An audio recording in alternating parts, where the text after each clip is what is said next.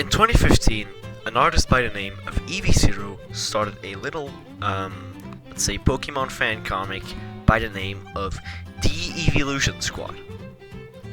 The Evolution Squad was a comic about the evolutions. The evolutions are basically just a group of evolutions from the Pokemon called Eevee. I think there's like 5 or 6 of them, I'm not quite sure. But I mean, that's not important right now. Well, it kinda is, but...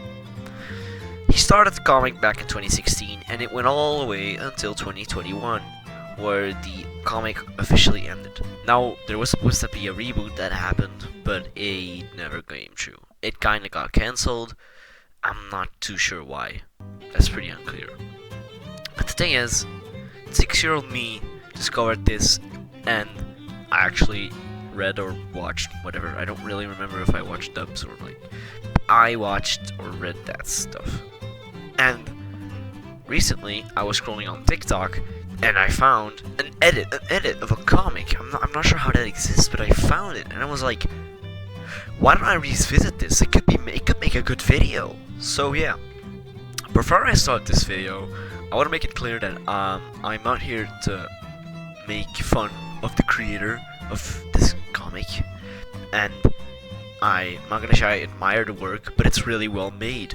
And again, remember, for this entire video, it was probably made by a 14-year-old just like me who was bored out of his mind in 2016, which I understand. Now I'm gonna stop talking, and we can just get into it.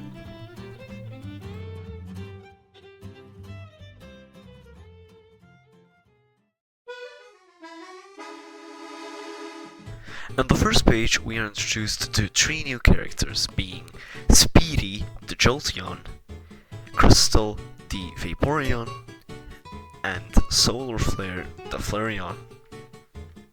I think from this first page, you can already tell that Speedy is the older brother, while Crystal is the younger sister, and Solar Flare, or Solar, or Flare, whatever they get called, is the youngest brother.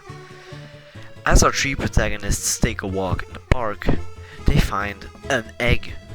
They take it home, and after like 2 pages, it cracks open, revealing an Eevee that instantly calls Jolteon its dad. I don't get why she does this. Oh, it's a female by the way, but I don't get why she does this. I guess it's kinda because Speedy is the main character after all, but I still don't really get it. But it's pretty important for later, so keep that in mind. A tad later, Jolteon goes outside to meet with one of his friends, Espeon, who we talk about later. But as he goes outside, he gets brutally ran over by our 4th introduced character, being Lazuli the Glaceon. Her real name, Lazuli, is mentioned twice by her sister. That's probably it. So I'm just gonna call her Glaceon because nobody calls her Lazuli. After that awkward interaction, we get introduced to our 5th and 6th character, being Pearl the Espeon, and Black, really original name, the Umbreon. He basically just goes there because, God knows why actually, it's never mentioned. I guess they just were bored or something. As Umbreon comments on Speedy's lack of female attention, he gets brutally mauled over for the 2nd time, this time by Sylvia, the Sylveon. Again, extremely original name. This is the 6th character we are introduced to, and yeah, 2 pages later, there's the 7th character, Leafy the Leafeon, who's really good friends with Solar, Speedy's brother. Oh yeah, by the way, Speedy kinda gets attracted to her, but that is extremely irrelevant after the 2nd chapter. Later, Glaceon returns home and of course recognizes Speedy's ugly ass face. He calls her out because he almost fainted because of her. She calls him a bitch ass pussy, he calls her a nasty girl, and she gives him a nasty uppercut. I think you could pretty much see that this is going to be a big ship for the entire comic, but trust me, it gets really disappointing. Oh yeah, they also kiss on accident. That happens. Later, Espeon gets the idea to do a sleepover with all the evolutions, which Speedy and Umbreon don't agree on, saying that, bars, saying that they shouldn't mix genders as it would end pretty badly. I'm not quite sure why he got this idea. I think he just has really weird fetishes. Later during the night, Glaceon wakes Speedy up by giving him a nasty knee in his back. She really likes hitting him, by the way. This happens throughout the entire comic. She wakes him up to apologize, and she actually says sorry, but Speedy, being an asshole, says that he shouldn't apologize for the things he did, even though he called her out being a nasty girl, which is a weird thing to say, but whatever.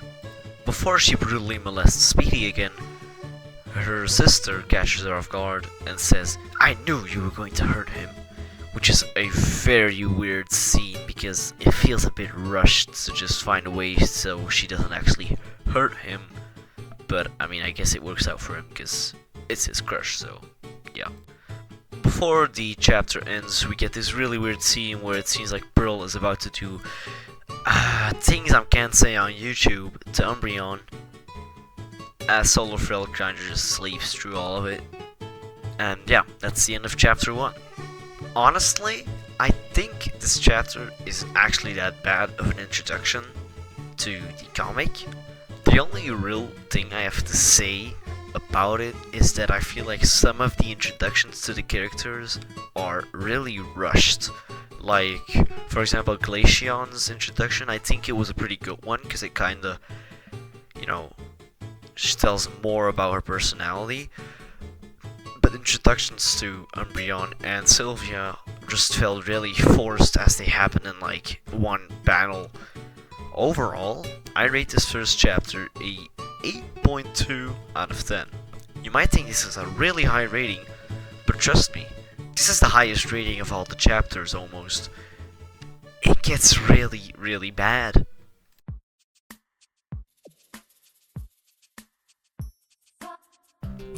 Chapter 2 starts with Eevee being ordered to wake up Speedy by Espeon. As she goes upstairs, she realizes that he won't wake up. Quickly, Crystal comes to the rescue and jumps her brother. She does this like a lot of times in the comics, so get used to it. As Speedy goes downstairs, he gets orders to go to the supermarket to get a bunch of stuff for Espeon. Eevee, or Sunshine, wants to go with him, but he straight up neglects her. W that moment. As Speedy returns home, Sunshine shows him her new ribbon, and he gives the forced dad reaction ever. He looks at the thing, stares at it for a good 3 seconds, and goes, "Cute." Later, Speedy gets ordered to go check on Glaceon and wake her up. Of course, Speedy doesn't want to get hit in the face again, so, being the pussy he is, orders his daughter, we'll say Sunshine, to go wake her up. Sunshine, of course, can't wake her up, so Speedy comes in. He wakes her up and gets punched in the face, and gets called a creep, before neglecting his daughter again. Downstairs, Sylvia arrives home with Black, which I guess Espeon really likes because she has fetishes about Umbreon, which I still find weird. Because Sunshine got neglected by her father, she goes to Sylvia and asks for some tips. Sylvia recommends Sunshine to learn the tract. She wants to test it on Umbreon, and Espeon straight up makes him blind, making him go into Mr. Beast's surgery. When Speedy finally arrives back home, Sunshine gathers the courage to tell him that he doesn't love her. When she does so, he says it's all cap, my friend. That's not actually what he said. After giving the most ChatGPT generated speech of all time, which is a joke, ChatGPT didn't exist back then, the chapter ends. This chapter was way shorter than the first one, but that doesn't mean that it's worse. In fact, I actually think it felt a little less forced and less cramped. It's a good story about Sunshine getting no attention from her deadbeat father, even though she was an accident. Haha, that's a joke. Okay. Overall, I prefer this chapter over the second one. a little bit less. That doesn't make sense, that sentence. But I just feel like it was a bit too much resolved around her plus someone else, if you know what I mean. Like, there was not a single scene where it was only her. She was always with someone, you know? So I think that kind of takes it away. But, I mean, for this, it's a pretty good chapter. I rate this chapter a 8.1 out of 10. Hey everyone, thanks for watching the video. If you even got this far, I just want to say that it will probably be my first video of 2026. I think 2025 was a really bad year for my channel, and I hope that 2026 will be a bit better. Of course, I can't blame anyone but myself for not putting any effort in the YouTube channel and, you know, my social media and other stuff. I can confirm that I will be uploading a bit more, and I will also not be only uploading gaming videos anymore, as you saw with this one, of course. And of course, if you guys want to see the remaining chapters of the Evolution Squad reviewed, because there's like, how many chapters is there? It was something between 20 or 30, I think. It was a lot, right? So if you guys want to see the remainder review of the Evolution Squad, make sure to comment or like the video. And of course, subscribe to my channel, please. I want to get 400 subscribers and actually stay on 400 instead of falling off every time. I'm not quite sure if the studio will actually perform pretty well because this isn't my target audience at all. But I mean, I thought it was just great if I talked about something about my youth for once, since it's been like 3 years since my last video where I talked about stuff like this. Anyways, I'll see you guys in the next one.